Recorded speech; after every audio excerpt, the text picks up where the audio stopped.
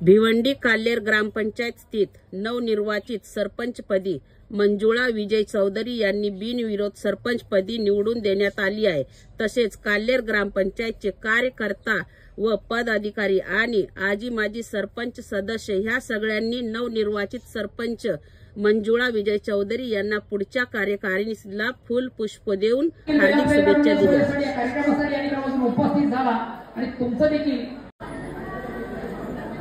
विद्यमान उपसरपंच सन्माननीय नीलमणी पाटील साहेब असतील, आदरणीय पुरुषोत्तम बाजार समिती माजी सभापती जिल्हा परिषद विद्यमान सदस्य भिवंडीचं नामांकित व्यक्तिमत्व सन्माननीय जयवंत अप्पाराव पाटील साहेब उपस्थित आहेत।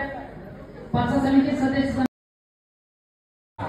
गावरी क्षेत्रीय समितीचे सदस्य मोठ्या संख्येने उपस्थित आहेत। सर्वांचं याच्या कार्यक्रमात मनापासून स्वागत करतोय।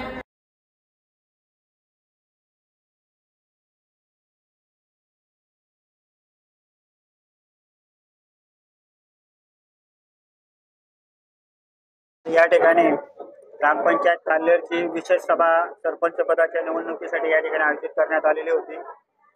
सरपंच पदासाठी नामनिर्देशन पत्र दाखल करण्यासाठी 11 ते 12 या कालावधीमध्ये नामनिर्देशन पत्र दाखल करण्यासाठी वेळ देण्यात आली होती। त्याच्यामध्ये सौ मंजुळा विजय चौधरी यांचा एकमेव अर्ज या ठिकाणी प्राप्त झालेला आहे सरपंच पदासाठी आणि सदर अर्जासाठी देवेंद्र हरिश्चंद्र पाटील यांनी सूचक म्हणून स्वाक्षरी केलेली आहे।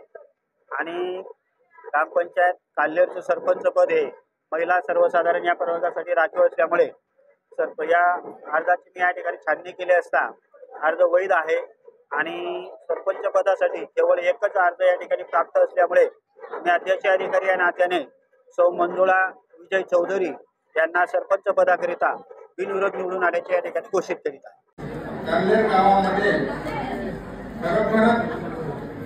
कुठलाही कार्यक्रम असला कोणी वाड्याशिवाय मदत नसतो आणि हा कोळीवाडा सण आला आहे। नावची मंजुळा विजय चौधरी या आज सरपंचाच्या खुर्चीवर विराजमान होणार आहे। सर्व कोळीवाड्याचा आनंद हा गगनात मावण्याचा झाले। आम्ही जात पात बघत नसतो कारण हा कोळीवाड्यासाठी तिसरा सरपंच पदाचा मान या मंजुळा ताईने मिळवला आहे आणि 12 जणींना सगळ्या निवडून आल्या। हे आमचे मंत्री कबीर पाटील साहेब यांना ज्यावेळेस आमचा इलेक्शन होता त्यांनी त्यांना लाडक्या बहिणीला 12 ते 12 निवडून येतील आणि 12 ते 12 सरपंच होतील। त्या 11व्या विराजमान झाल्या 12वर होणार आहे, त्यालाही वेळ लागणार नाही।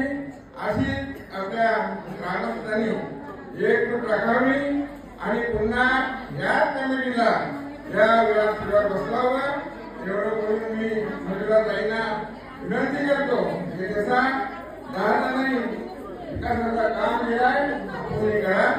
मी तुमच्या पाठीशी उभा आहे जिल्हा परिषद सदस्य म्हणून आणि ते विनोद कुमार पाटील साहेब पंचायत समिती तुम्हाला काही मदत लागली आम्ही करू शकतो। जय हिंद जय महाराष्ट्र।